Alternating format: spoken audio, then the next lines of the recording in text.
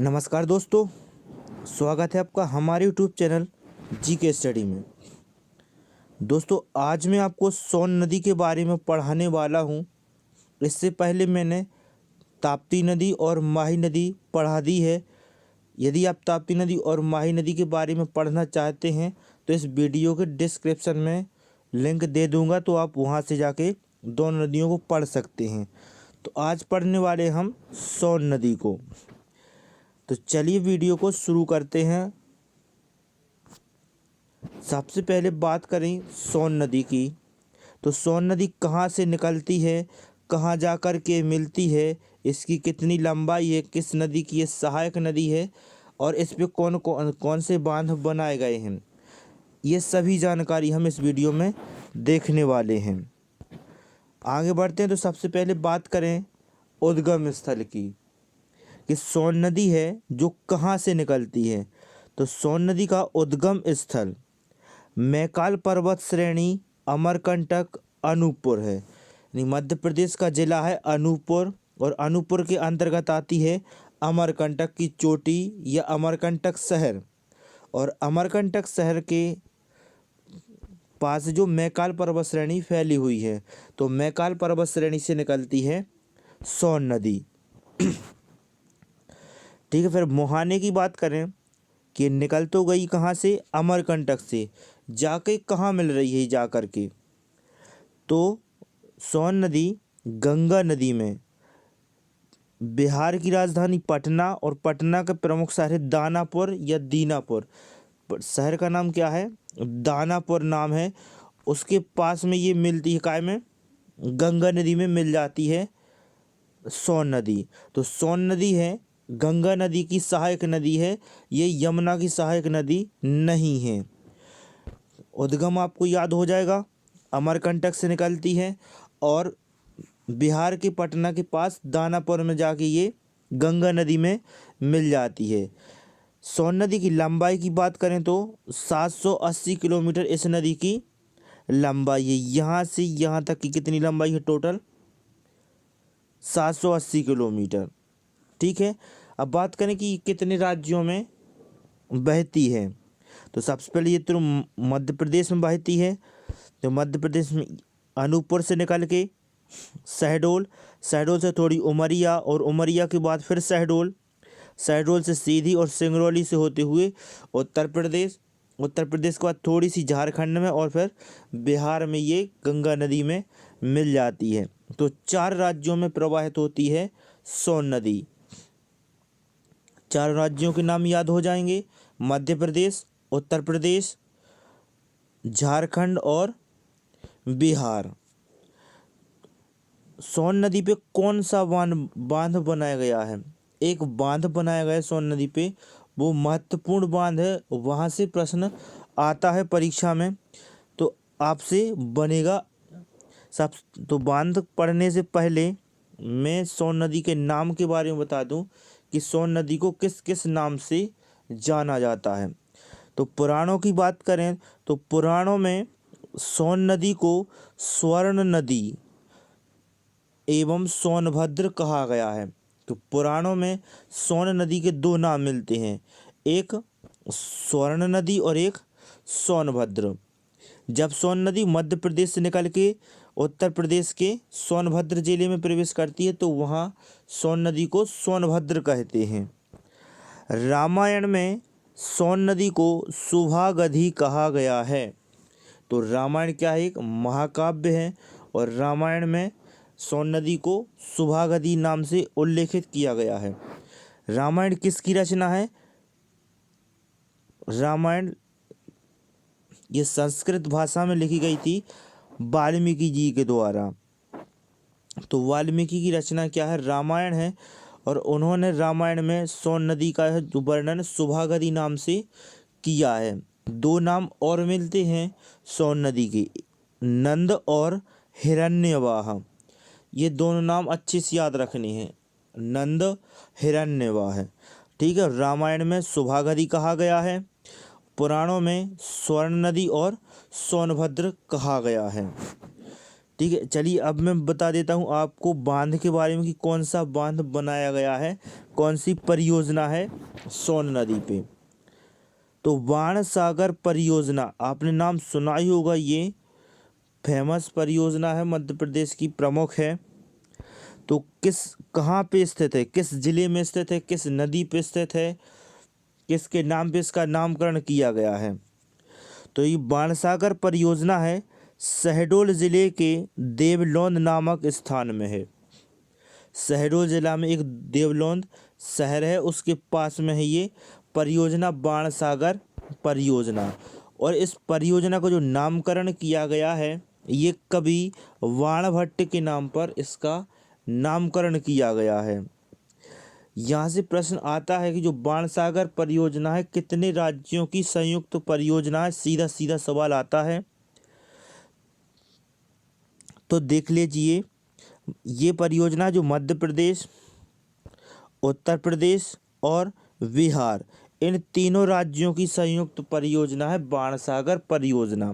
मध्य प्रदेश, उत्तर प्रदेश और बिहार की संयुक्त परियोजना है। उसके बाद 2 पॉइंट और महत्वपूर्ण है। एक तो इसकी ऊंचाई, ये बांध है जो कितना ऊंचा बना हुआ है, तो 67 मीटर इस बांध की ऊंचाई है, हाइट है। और लंबाई इसकी लगभग 1 किलोमीटर के आसपास है उसकी लंबाई। सबसे महत्वपूर्ण है कि इस बांध से कितने मेगावाट बिजली बनाई जाती है, विद्युत उत्पादन क्षमता कितनी है इस बांध की। तो 435 मेगावाट है इस बांध की विद्युत उत्पादन क्षमता। मैप में मैं दिखा दूं कि कहाँ पे ये बांध बनाया गया है। तो ये मध्य प्रदेश का आपको मैप दिख रहा होगा। यहाँ पे देखिए, ये जिला कौन सा है, ये शहडोल जिला है। कौन सा जिला है, शहडोल जिला है। और ये यहाँ से सोन नदी निकलती है और इस पे यहाँ पे बांध बनाया गया है। ये बांध कौन सा है, तो यही बांध है बाणसागर बांध। आपको बाणसागर बांध का एक फ़ोटो भी दिख रहा होगा इमेज में। ये कौन सा बांध है, ये बाणसागर बांध दिख रहा है, ये वाला बाणसागर बांध है जो सोन नदी पे बनाया गया है। इसकी ऊंचाई कितनी है, तो 67 मीटर है और लंबाई लगभग 1000 मीटर के आसपास, यानी 1 किलोमीटर है। ठीक है, तो ये कौन सा बांध है, बाणसागर बांध है। आगे बढ़ते तो इसकी बात करेंगे, इसकी सहायक नदियाँ कौन कौन सी हैं। यहाँ से भी प्रश्न आते हैं सहायक नदियों से कि कौन सी नदी किस नदी की सहायक नदी है। तो सहायक नदी की बात करें सबसे पहले तो जोहिला नदी इसकी प्रमुख सहायक नदी है। कहाँ से निकलती है जोहिला नदी, तो जिधर से ये सोन नदी निकलती है उसी के पास 2-2.5 किलोमीटर के अंतर से जोहिला नदी का उद्गम होता है ज्वालेश्वर की पहाड़ियों से। ज्वालेश्वर की पहाड़ियाँ ये कहाँ आती हैं, तो अमरकंटक के पास में ही हैं, मैकाल पर्वत श्रेणी का भाग है, वहाँ से निकलती है जोहिला नदी। और ये उमरिया ज़िले में सोन नदी में मिल जाती है। तो अभी मैंने बताया कि किसकी सहायक नदी है, सोन नदी की सहायक नदी है। तो उद्गम याद रखना है जोहिला नदी का, अमरकंटक के पास ज्वालेश्वर की पहाड़ियों से निकलती है और सोन नदी पे यहाँ उमरिया में मिल जाती है। सबसे महत्वपूर्ण बांध ये है कि इस नदी पे एक बांध बनाया गया है, उस बांध का नाम भी इसी नदी के नाम पर रखा गया है, जोहिला बांध। किस जिले में है जोहिला बांध, तो उमरिया ज़िले में जोहिला बांध जोहिला नदी पर बनाया गया है। ये यहाँ आपको दिख रहा है, ये वाला बांध जोहिला बांध है। और इस बांध के पास ये संजय थर्मल पावर प्लांट लगाया गया है, इसी बांध के पास है। तो उमरिया में यहाँ से आपको 2 चीज़ें याद रखनी है, एक तो जोहिला बांध है उमरिया में, और संजय थर्मल पावर प्लांट भी कहाँ है, तो उमरिया में है। और उमरिया में ही ये जोहिला नदी है सोन नदी में मिल जाती है। ठीक है, तो ये हो गई सहायक नदी सोन नदी की। अगली सहायक नदी की बात करें तो गोपद। गोपद ये भी क्या है, सोन नदी की सहायक नदी है, छत्तीसगढ़ की सरगुजा से निकलती है और ये छत्तीसगढ़ से मध्य प्रदेश में आ जाती है और सीधी जिले में सोन नदी में मिल जाती है गोपद नदी। तो आपको ये याद रखना है कि गोपद नदी सोन नदी की सहायक नदी है। कहाँ से निकल रही है? तो छत्तीसगढ़ के सरगुजा जिले से निकल रही है और सीधी जिले में आकर के सोन नदी में मिल जाती है। फिर उसके बाद है बनास नदी। बनास नदी कहाँ से निकलती है? तो बनास नदी भी छत्तीसगढ़ के सरगुजा से निकलती है और ये बनास नदी भी सीधी जिले में आकर के सोन नदी में मिल जाती है।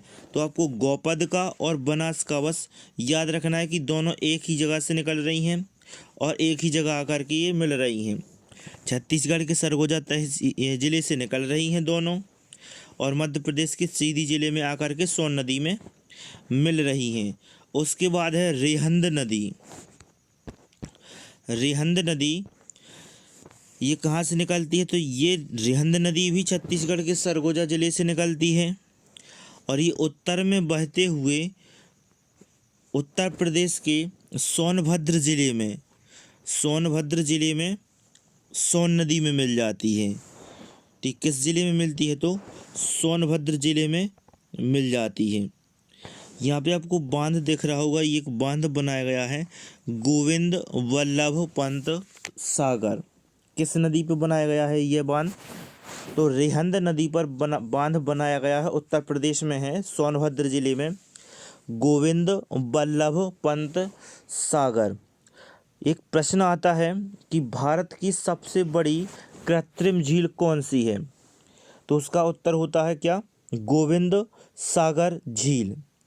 तो यही झील है जो पूरे भारत की सबसे बड़ी कृत्रिम झील है।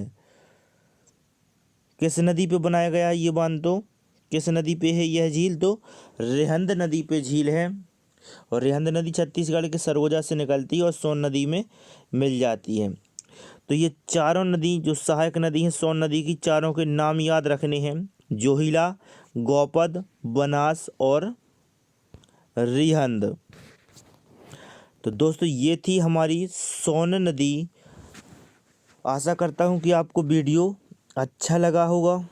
यदि आपको वीडियो पसंद आया है तो वीडियो को लाइक करें और हमारे चैनल पर यदि पहली बार आए तो चैनल को सब्सक्राइब कर लें और साथ ही बेल आइकन को प्रेस कर लें और वीडियो को अपने दोस्तों के साथ भी शेयर कर दें।